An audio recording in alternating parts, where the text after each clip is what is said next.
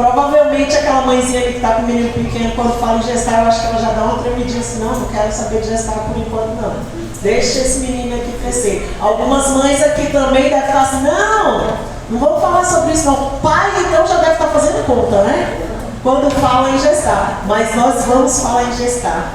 E eu quero que vocês abram em Êxodo capítulo 1. E a gente vai ler a partir do versículo 15. Glória a Jesus. Só o Senhor é Deus. A única reverência que eu vou pedir agora é só que fiquem de pé e coloquem assim essa palavra no coração de vocês. Só quem tem condições de ficar em pé, porque nem sempre a gente pode. Êxodo 1,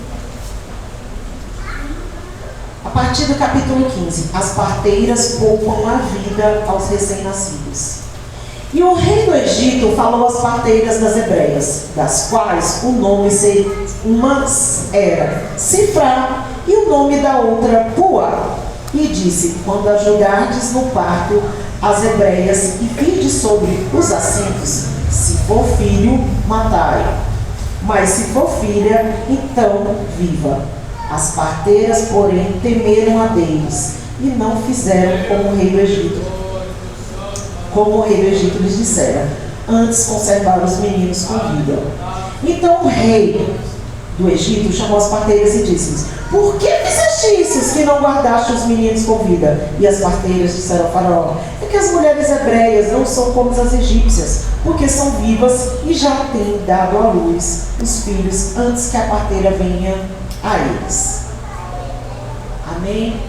Senhor Pai, te louvo e te agradeço. Obrigada, Pai, pela presença de cada um nesse lugar. Que cada um agora, Pai, consiga colocar em off, colocar quietinho todos os problemas, todas as preocupações e esteja aqui, Pai, para receber a sua palavra. Prepare o coração, Pai, de cada um. Que o coração de cada um seja um terreno fértil para receber a sua palavra. Me usa, Pai, para falar a tua vontade e não só o desejo do meu coração.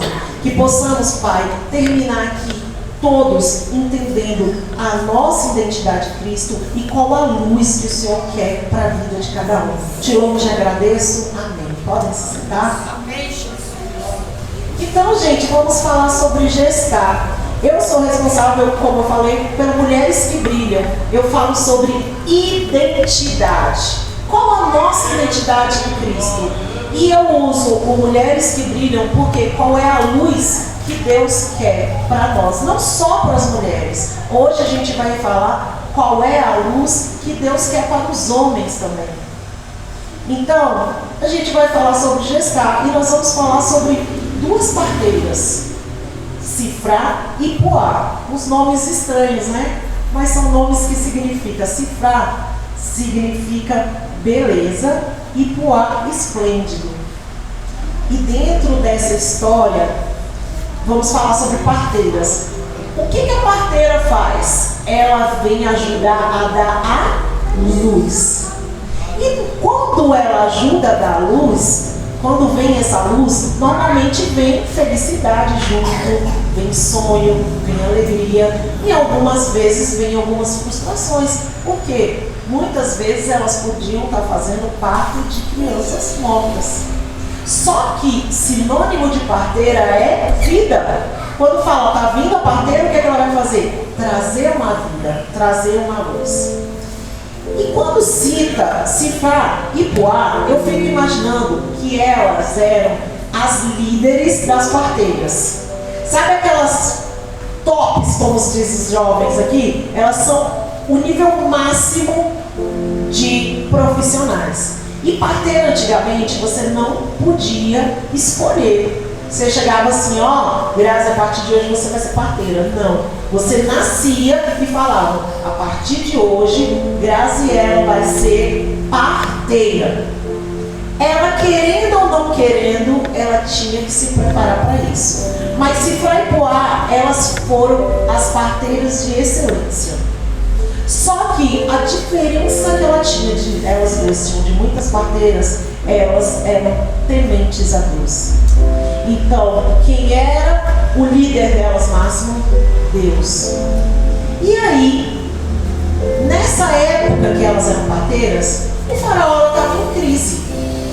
Ele tinha uma crise. Ele estava com medo de que homens pudessem tomar o lugar dele. E aí o que ele fez? Manda matar os homens. Eu não quero nem saber. Mata tudo quanto é homem, beleza. Só que olha só, essa época, a maior preocupação que os homens tinham era de ser fortes de músculo. Só que eu imagino no tempo de hoje, se esse faraó fala um negócio desse, matem os homens. As mulheres hoje têm o empoderamento de Cristo, a inteligência de Cristo. E aí o que ia acontecer? Olha só, aí a ingenuidade dele de pegar e falar para duas parteiras, para duas mulheres, matam os meninos. Duas mulheres tementes ao Senhor, duas mulheres que seguiam o que o Senhor pedia para fazer. E elas foram escolhidas para trazer vida. E o faraó falou: mate os meninos. E elas pegaram e não tem como a gente matar os meninos. A gente está aqui para trazer vida. O Senhor nos escolheu para a vida. E elas formularam um plano para dizer ao faraó que quando chegavam lá, as mulheres elas eram muito fortes, eram muito rápidas. E elas já ganhavam um neném. Então, elas não matavam os meninos por conta disso. E dentro dessa história veio Moisés, que a gente vai deixar para um outro momento, porque hoje eu quero falar de vida, de luz. E essas parteiras, qual era o diferencial delas? A identidade delas, inabalável em Cristo. Não foi uma ordem do faraó. Mas o faraó, ele era o líder dela. Mas ela tinha o Senhor acima de tudo isso. Só que, para a gente entender quando é uma vontade de Deus, uma vontade nossa e uma vontade de homens, nós precisamos ter a identidade em Cristo. Como é que é essa identidade em Cristo? Orando, jejuando, perdoando, amando ao próximo. E vou falar para vocês, nada, infinitamente nada vai funcionar se você não perdoar. O perdão faz parte do brilho de Deus. O perdão faz com que travas da sua vida sejam quebradas, sejam abertas. A falta de perdão é o diabo falando para você assim: nada vai dar certo. Não fala com aquela pessoa não. Deixa aquela pessoa para lá.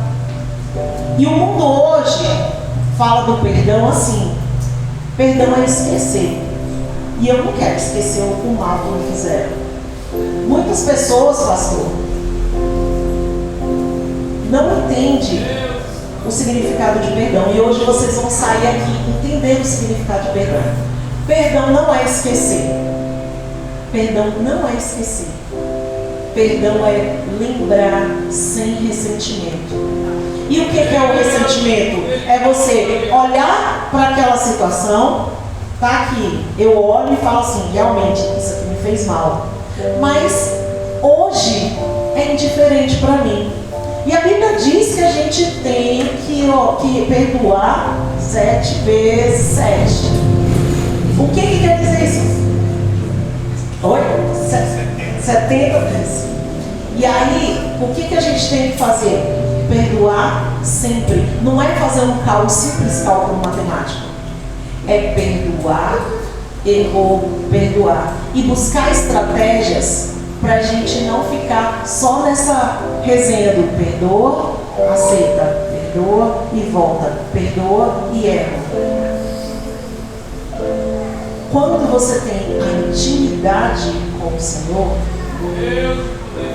você entende a hora que você tem que se afastar também.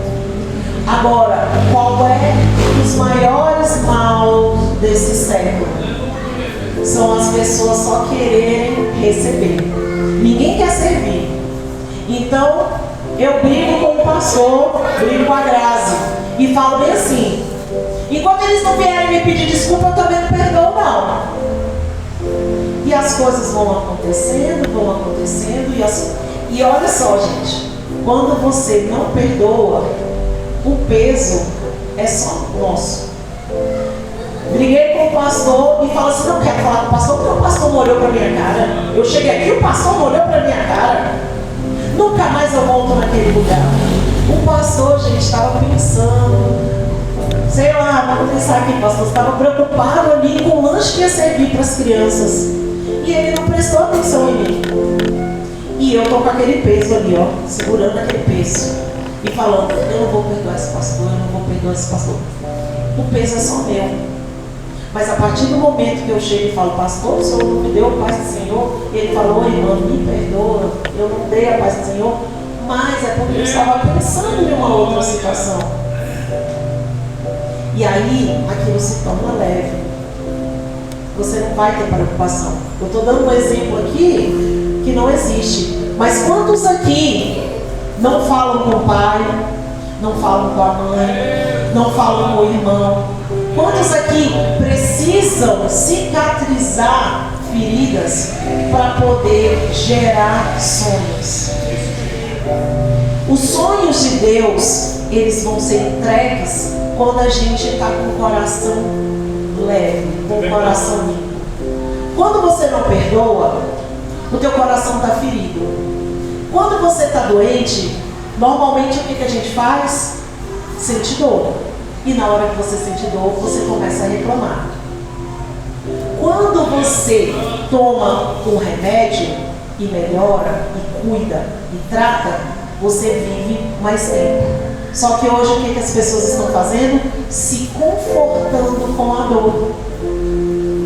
Aí está aquela doença ali, e eu falo: olha aqui, ó, está aqui a sua cura.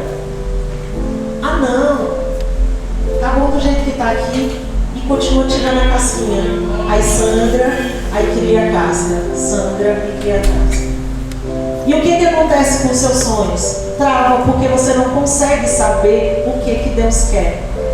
Deus é gerador de sonhos. Deus, Ele gosta de mimar a gente. Ele gosta de cuidar.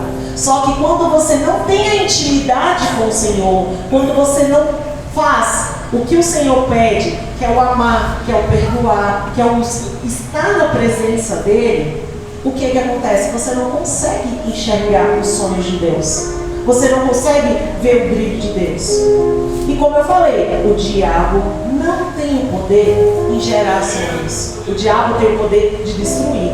Então, quando a gente abre brechas e deixa o diabo entrar, ele não faz muita coisa não, gente. Ele fica assim, vamos imaginar, ele fica sentado olhando, ele só joga semente e fala assim: deixa que o resto eles fazem.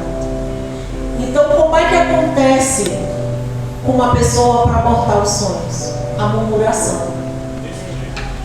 Quando você não perdoa, você começa a murmurar.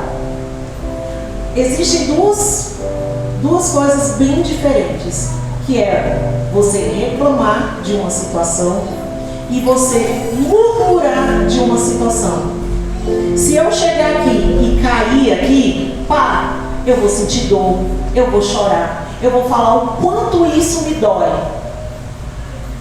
Mas se eu pegar daqui um ano, eu continuar reclamando que eu caí aqui, é murmuração.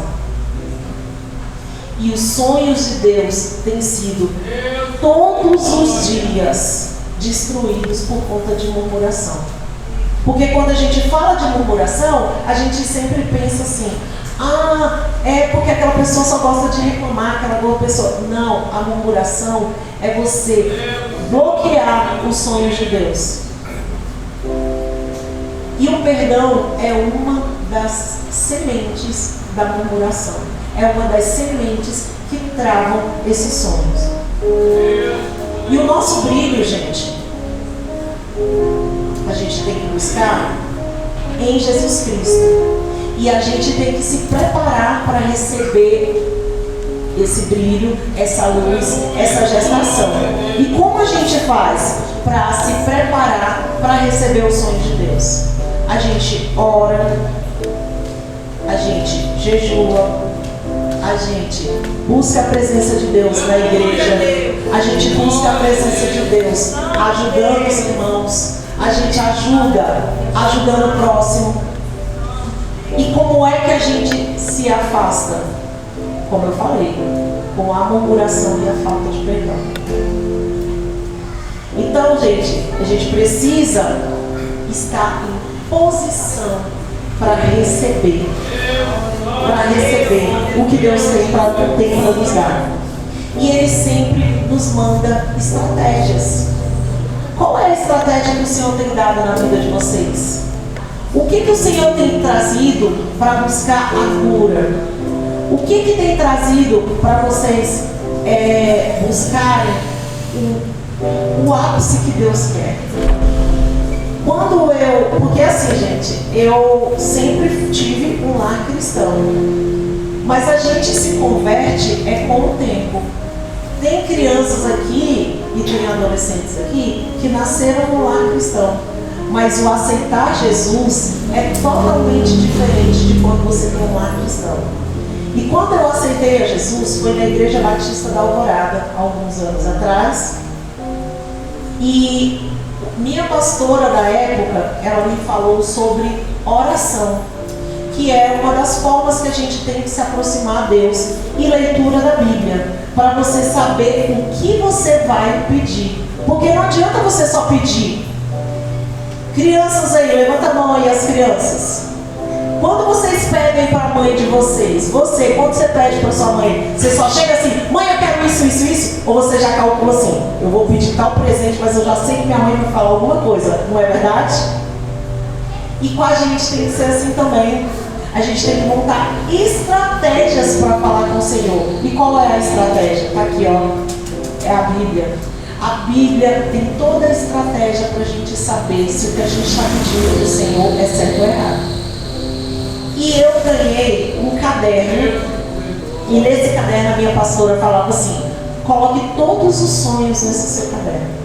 E eu achava isso engraçado. Eu falei, pastora, para quê? É só a gente pegar e se planejar. Ela, não é só se planejar. Ore e coloque nesse caderno todos os seus sonhos. Porque Deus sabe o desejo do seu coração, mas Ele quer escutar da sua boca o que você quer. E eu comecei a colocar os meus sonhos. Esse aqui, eu acho que é bem o 8º caderno que eu tenho. O caderno, gente, pode ser qualquer um. Pode ser um bloco de anotação, pode ser uma parede da sua casa. E quando ela me apresentou esse caderno, ela falou assim, vamos colocar, a filha dela estava namorando um rapaz que não era crente. E ela pegou e falou assim, eu não vou brigar com a minha filha, eu não vou bater de frente com a minha filha. Eu vou orar e vou falar para o Senhor como eu quero. E ela fez uma lista de como ela queria o genro dela. E ela colocou que queria o genro bonito, queria o genro inteligente, que fosse um homem de Deus, que o Senhor preparasse esse homem, que se esse homem não estivesse dentro da igreja, que trouxesse um homem de fora. E ela recortou uma foto na época, sabe o Super-Homem? Ela recortou a foto do Super-Homem e colocou no caderno e orou. E a gente estava orando junto. Meses depois, uns 6 meses depois, chegou um novo convertido na igreja. E esse novo convertido começou a tocar no louvor e foi lá para frente. E ele se apaixonou pela filha da pastora, ele conquistou a filha da pastora, e uma das frases que a pastora colocou foi que ele não vinha para namorar minha filha, ele vinha para casar. E quando ele foi pedir a mão dela em casamento, ou namoro, ele já chegou, não, eu não quero namorar, eu quero casar com seu filho. E a gente foi olhar tudo da lista, e tudo da lista foi atendido. Por quê? Porque ela usou a estratégia. Qual é a estratégia que você está hoje usando para conquistar os seus sonhos? Qual é a gratidão que você está tendo quando o Senhor te dá o seu sonho? Como eu falei aqui, eu passei por um momento que a pastora Grazi, ela profetizou na minha vida que eu iria ter um filho. Ela nem me conhecia e ela profetizou na minha vida: você vai ter um filho. E eu falei assim: mas eu não posso engravidar. Eu não tenho como engravidar. Aí ela falou assim: mas você vai engravidar. Eu estou sentindo no meu coração. Um ano depois eu engravidei. Glória a Deus, aleluia. E a mesma pastora Grazi me falou: você vai passar por muita dificuldade, mas seja grata. E ela me mandou uma mensagem. E ela não sabia que eu estava no hospital. E quando ela me mandou a mensagem depois, ela me pedindo perdão, né, pastora? Perdão, me perdoa. Porque ela estava dizendo que eu ia passar por uma tribulação, mas ela não entendia o que era. E a tribulação foi: a minha filha nasceu e viveu por 4 horas. Somente 4 horas. Quando a pastora soube, ela chorou, ficou angustiada, falou que não devia ter falado. Mas a pastora foi frustrada para acalmar o meu coração e dizer que eu ia dar conta. E aí, o que a gente faz quando o sonho da gente é abortado e Deus falou: eu vou te dar esse presente? E ele foi tirado. No início, eu fiquei muito triste, muito, de doer a minha alma. Eu não sei se vocês já perderam alguém que vocês amam, mas parece que faz um buraco, assim, e você tenta preencher. E nada preenche essa dor, nada. Mas a mesma pastora falou: a sua dor ainda vai ser testemunho. E hoje a minha dor não é a minha identidade. Hoje a minha dor é um testemunho de que cada um está passando por uma dificuldade, que cada um está tendo sonho e não tem esperança. Eu digo para vocês: vocês vão dar conta. Se você está aqui sonhando com um trabalho melhor, você vai dar conta. Se você está sonhando aqui que passar no vestibular, você vai dar conta. Se você está sonhando que venha um genro maravilhoso para sua filha, para sua filha, você vai dar conta. Se você está sonhando com um emprego novo, com o que for, você vai dar conta. Mas tenha a estratégia. E a estratégia está aqui. E o resumo da estratégia é intimidade com Deus. Como fazer essa intimidade com Deus? Orando, jejuando, perdoando, amando ao próximo. E não adianta fazer nada disso isolado, porque não vai dar certo. E o tema desse ano nosso, na nossa detalhe, é perdão. Então eu volto para o perdão. Quem é que você deixou de perdoar? Seja por uma coisa mínima. Ah, a pessoa não me deu bom dia. Ou seja, por uma coisa muito grande. Eu fui abusada, eu fui roubada. Gente, eu passei por coisas na minha vida que me roubaram minha vida espiritual, minha vida financeira, a minha vida amorosa.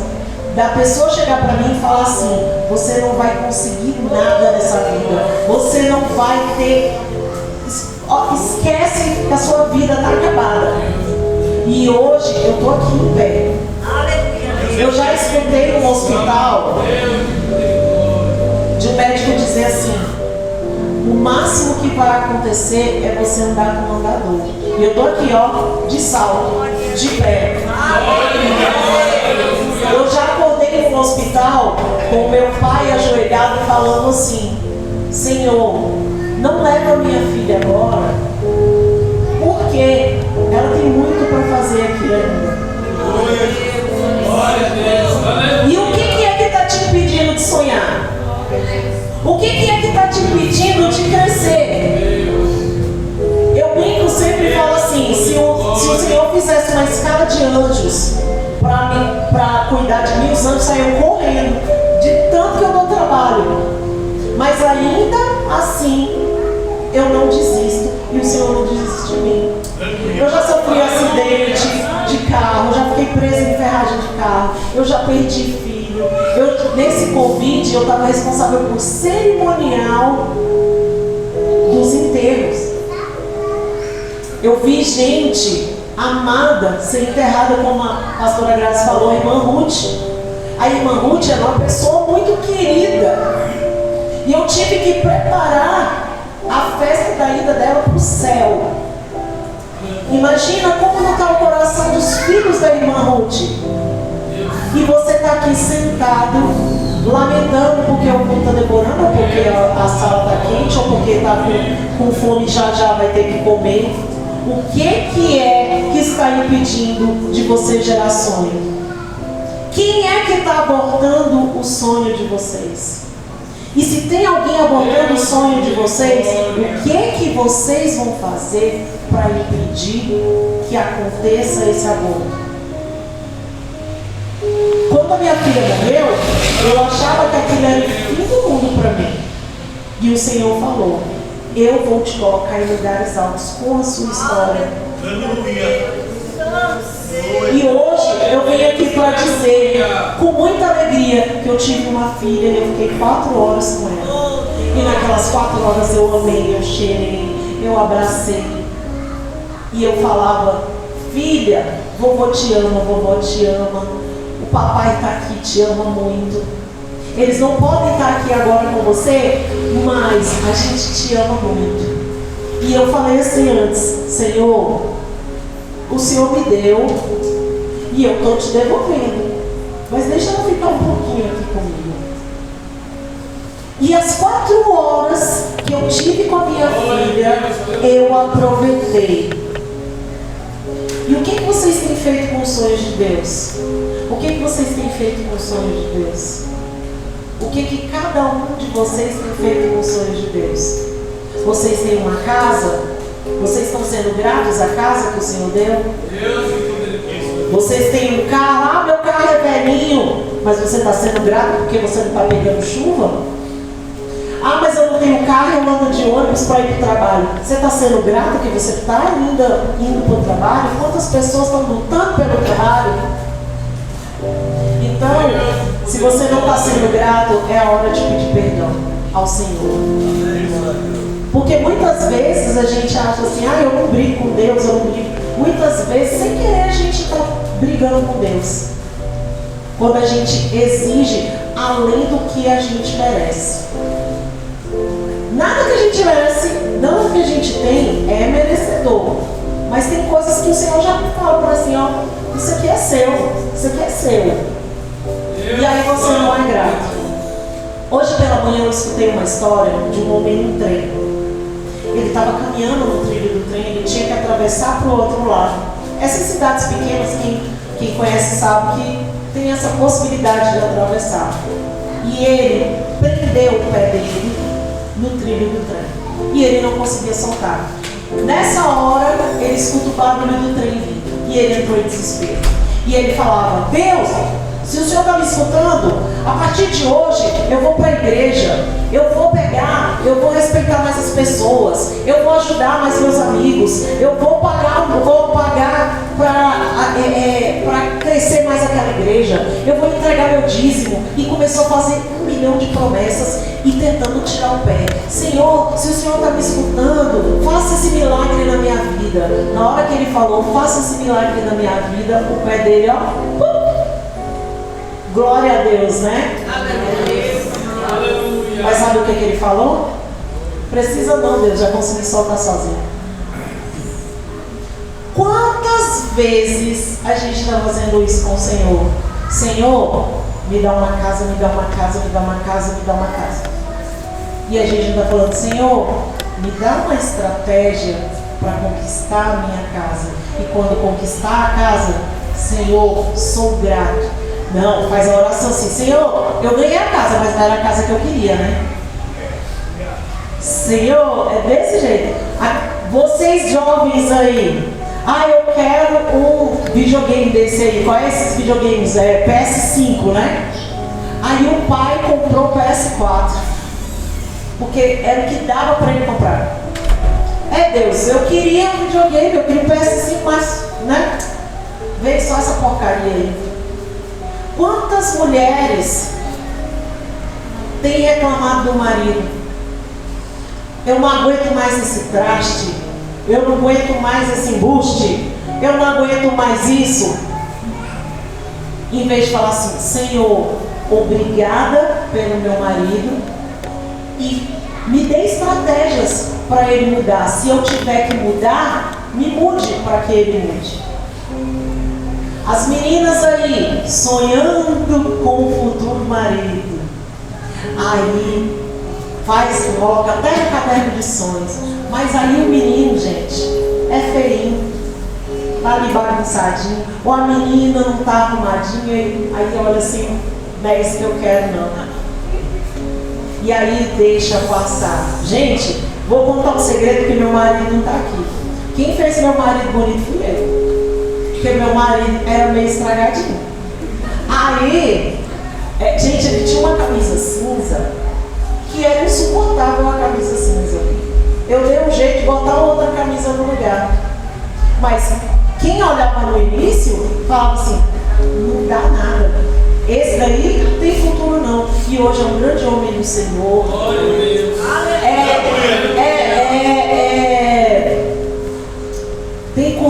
Fez um curso de direito. Agora ele não está aqui com a gente porque ele está trabalhando.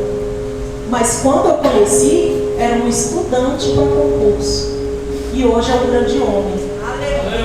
Se no início que ele chegou e falou assim, eu quero casar com você, e eu falava assim, nossa Deus, isso aí que o Senhor mandou para mim, não era isso que eu queria não. Eu não viveria a felicidade que eu vivo hoje dentro do meu casamento. Então, o quanto que é que vocês estão sendo gratos? Eu sei, gente, que nem fala, não é fácil gerar sonhos. Mas todas as vezes que eu penso que lá na frente o Senhor vai me honrar, o Senhor vai me presentear da forma mais linda, eu passo pelo processo. E antigamente eu murmurava muito, eu falava, não, eu quero isso, eu quero isso, eu quero isso. Hoje eu falo assim, Senhor, eu sou grata. Eu não estou bem, mas o Senhor me dá estratégias para eu melhorar. Eu ainda não consegui realizar todos os meus sonhos desse caderno aqui. Mas a grande maioria o Senhor já colocou no meu coração falando, você vai conseguir e você vai dar conta. Vocês, os sonhos de vocês vão ter sabedoria para conquistar.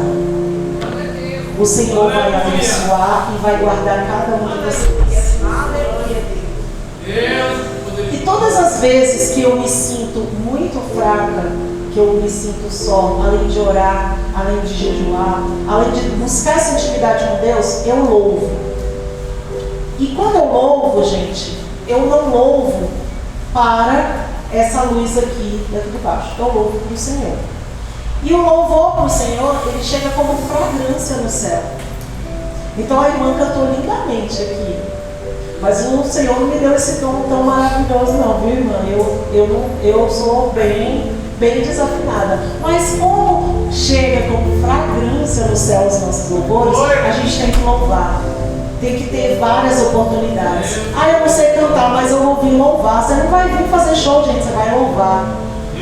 Eu quero pregar, pastor, me dê oportunidade, igual o irmão ali, ó. Hoje eu cheguei aqui e eu estou gostando, porque foram as primeiras oportunidades das pessoas. Porque o irmão foi ousado, chegou e falou, posso ter oportunidade? A irmã foi ousada, posso ter oportunidade? Então, gente, peça sabedoria ao Senhor, para Ele te dar unção de ousadia, unção de conquista e unção de multiplicação. E um dos louvores que eu gosto muito é o escudo. E eu queria louvar com vocês. E durante esse louvor, eu queria que vocês pensassem em que ferida que vocês têm que tratar, com quem vocês têm que tratar, e qual é o maior sonho que o Senhor tem para a vida de vocês. e começar a ter estratégias para conquistar esses sonhos. Mas antes, libere perdão no teu coração, para que esses sonhos de Deus se tornem realidade e vocês venham aqui para dar o testemunho disso. Irmão, você pode colocar o louvor? Quem puder ficar em pé, quem quiser ficar em pé.